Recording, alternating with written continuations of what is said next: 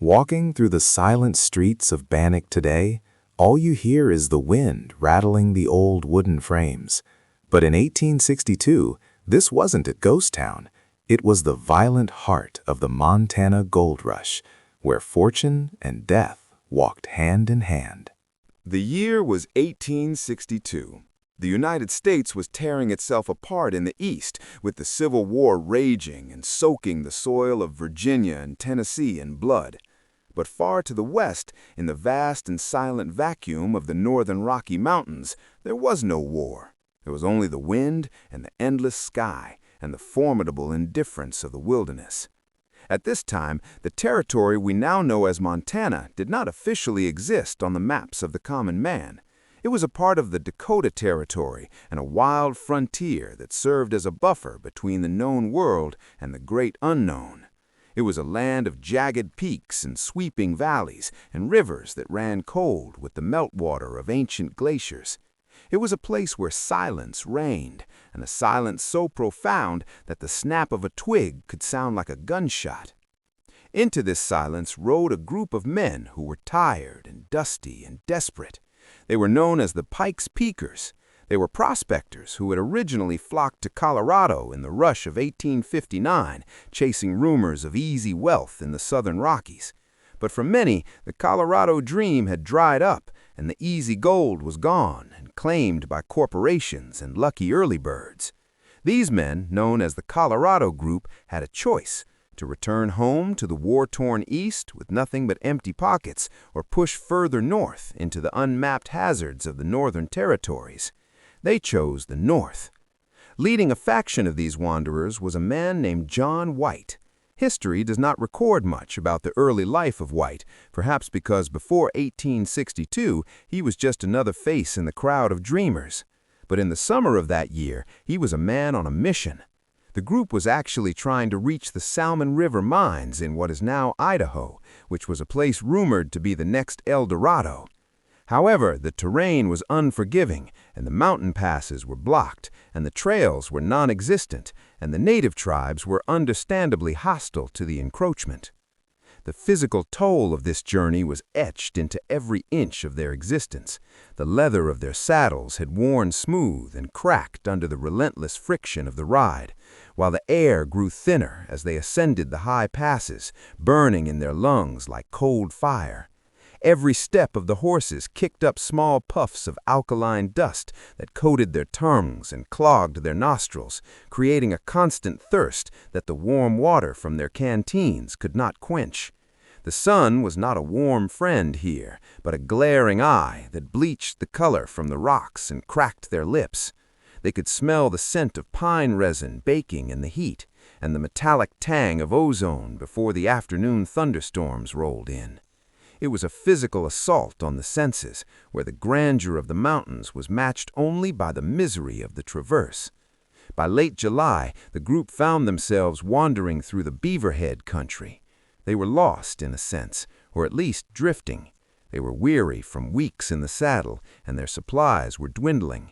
The romance of the frontier had faded and was replaced by the gritty reality of survival. One evening, as they chewed on tough jerky, William Eads looked at White with eyes rimmed in red dust and filled with the heavy fog of defeat. He said, "John, we are chasing ghosts in a graveyard because there is nothing here but rocks and wind."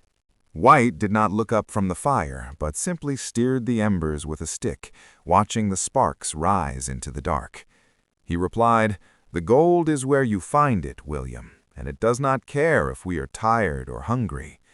Another man muttered from the shadows that they should turn back to Salt Lake before the snows came to bury them all in this God-forsaken silence. The doubt was heavy in the air, thick enough to cut with a knife, but White remained silent, holding on to a fragile hope that defied logic. They were looking for a way through the mountains and a path that would lead them to the Salmon River. On the afternoon of July 28th in 1862, the heat of the summer sun was bearing down on the valley. The air was thick and still and filled with the buzzing of insects.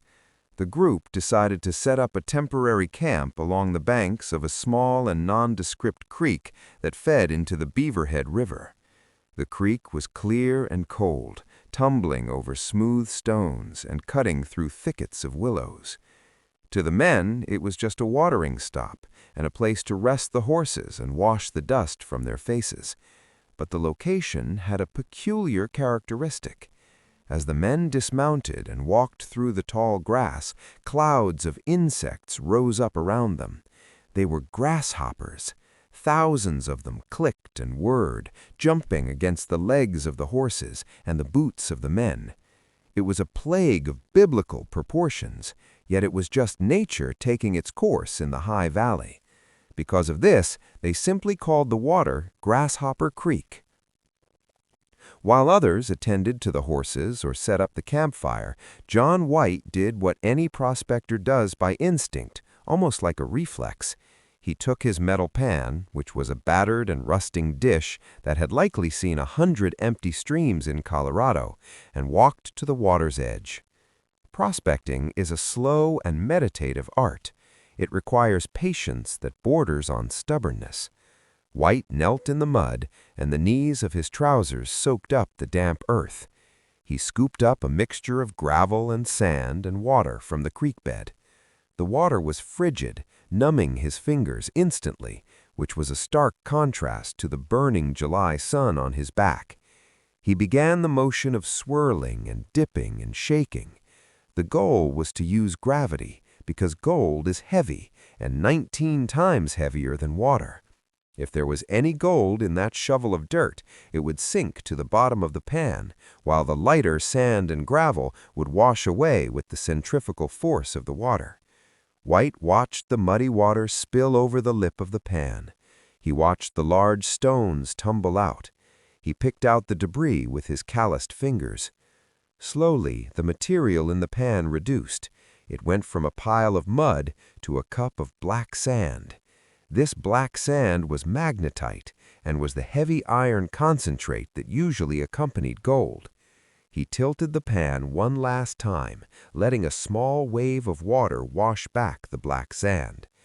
There, trailing behind the black sand like the tail of a comet, was a streak of yellow.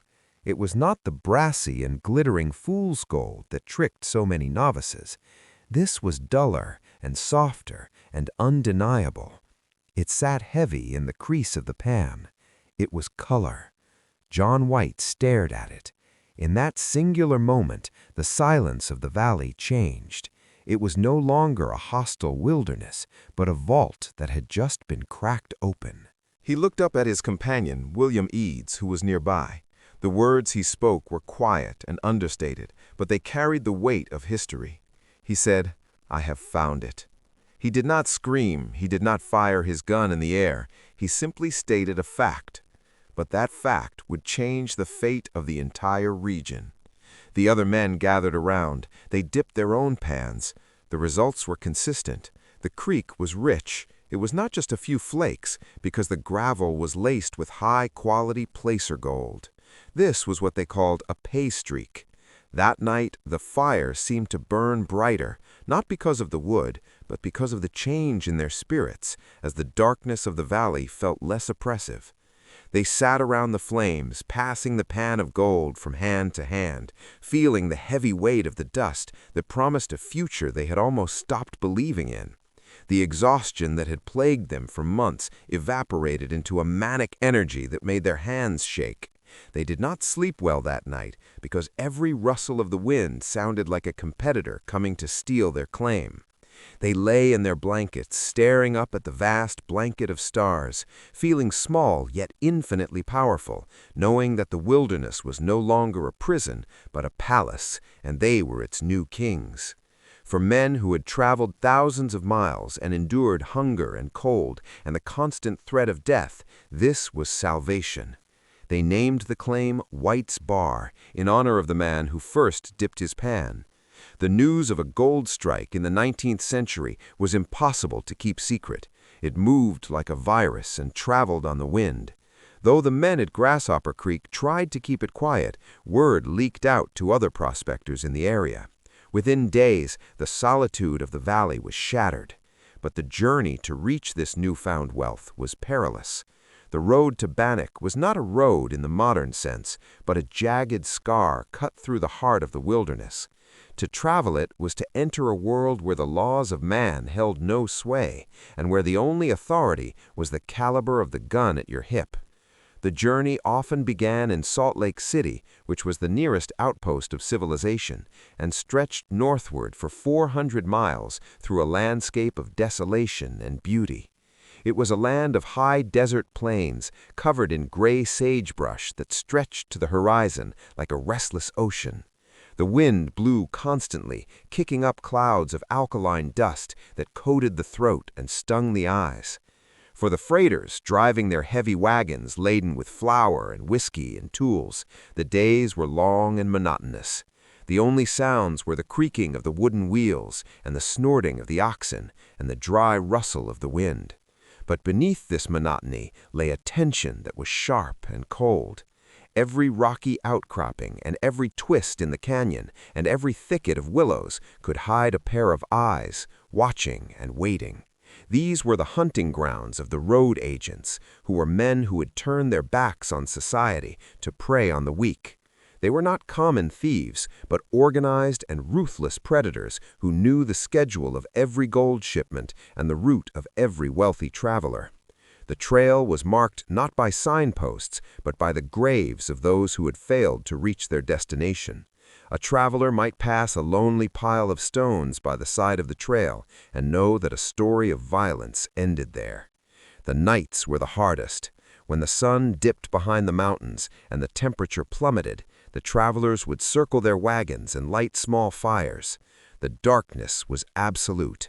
Every shadow seemed to move, and every snap of a dry branch sounded like the cocking of a pistol. The road agents often worked in silence and struck with sudden and overwhelming force. A rider would appear from the gloam with a bandana covering his face and a shotgun leveled at the driver. The command was always the same, which was, your money or your life. Resistance was usually futile and often fatal. Many men who had struck it rich in the creeks of Bannack and were dreaming of returning home to their families never made it past the first mountain pass. Their gold was taken, and their bodies were left for the wolves, and their names were forgotten in the vast silence of the territory. This was the blood tax of the frontier. The road to Bannack was paved with gold, but it was washed in blood and guarded by the specters of greed and death. Those who survived this gauntlet arrived in the valley to find a transformation. Imagine the scene in those first few weeks of August 1862. Before the discovery, the valley was a tapestry of green willows and gray sagebrush, inhabited only by deer and elk and the occasional bear. The only sounds were the rushing water and the wind in the pines. But suddenly, the landscape began to scar. Men arrived in droves. They came on horseback, leading pack mules laden with picks and shovels and rockers. They came on foot, carrying their entire lives on their backs. They set up tents of white canvas that glowed like ghosts in the moonlight. They built crude shelters made of brush and branches to keep the rain off. The rhythm of the creek changed. The sound of water was replaced by the clatter of metal on stone. The air filled with the smoke of campfires and the smell of unwashed bodies and bacon grease and wet wool. The clear water of Grasshopper Creek turned brown and murky as hundreds of men churned the sediment upstream, washing the earth in search of the yellow metal. This was the birth of Bannack. It did not have a name yet, not really. It was just a camp. It was a chaotic and disorganized gathering of humanity centered around greed and hope. There were no laws here, and no sheriff, and no judge. The nearest court was hundreds of miles away in the Dakota Territory capital, completely inaccessible. Here, a man's claim was only as good as his ability to defend it. John White and his original party had the best claims, known as the discovery claims. They worked feverishly. In those early days, a man could wash out $5 to $20 of gold a pan, which was a fortune in 1862, where a good daily wage back east might be $1. As autumn approached, the realization set in that this was not just a summer camp. The gold was deep, and the deposit was large. They would need to stay through the winter, and a Montana winter was not something to be trifled with. The canvas tents would not suffice against temperatures that could drop to 40 degrees below zero. The men began to build. They lacked a sawmill, so they used what nature provided. They felled the cottonwood trees along the river and the pines from the hillsides. The sound of axes echoed through the canyon from dawn until dusk. They notched the logs and stacked them to create crude cabins. The roofs were made of poles covered with dirt and sod. The floors were packed earth. These were dark and smoky and cramped dwellings, often housing 4 or 5 men in a space meant for 2. But they were warm. By the time the first snows dusted the peaks of the Pioneer Mountains, a town had materialized out of the dust. They named it Bannack, which was a misspelling of the local Bannack indigenous tribe. It was a rough and gritty collection of log structures, huddled along the creek, shielding itself against the coming freeze. The founding of Bannack in 1862 was more than just a mining event, as it was a geopolitical shift. Because of John White's pan, a flood of humanity poured into the region. Merchants followed the miners, saloon keepers followed the merchants, gamblers and outlaws followed the money. In just a few short months, the lonely spot where grasshoppers once ruled the silence had become the most vibrant and dangerous and exciting place in the Northern Rockies. The gold at Grasshopper Creek was remarkably pure, often 99% pure. It was some of the finest gold ever found on the continent. But as John White stood by the creek in late 1862, watching the town rise around him, he could not have known the tragedy that awaited. He could not have known that the gold he found would attract the worst kind of men, like road agents and murderers and corrupt officials. He could not have known that this town would become the stage for one of the bloodiest dramas in American history. At that moment, in the golden haze of 1862, there was only the promise that a man could walk into the wilderness with nothing and dip a pan into a cold stream and pull out a future. The strike at Grasshopper Creek was the spark. It lit a fire that would burn through the territory, creating the state of Montana and birthing legends and burying secrets. And it all began with the simple rhythmic swishing of water in a rusted metal pan under the watchful gaze of 1,000 clicking grasshoppers. The sun set on 1862, leaving Bannack not as a spot on a map, but as a living, breathing entity, hungry and wealthy, and waiting for the violence that was sure to follow the gold.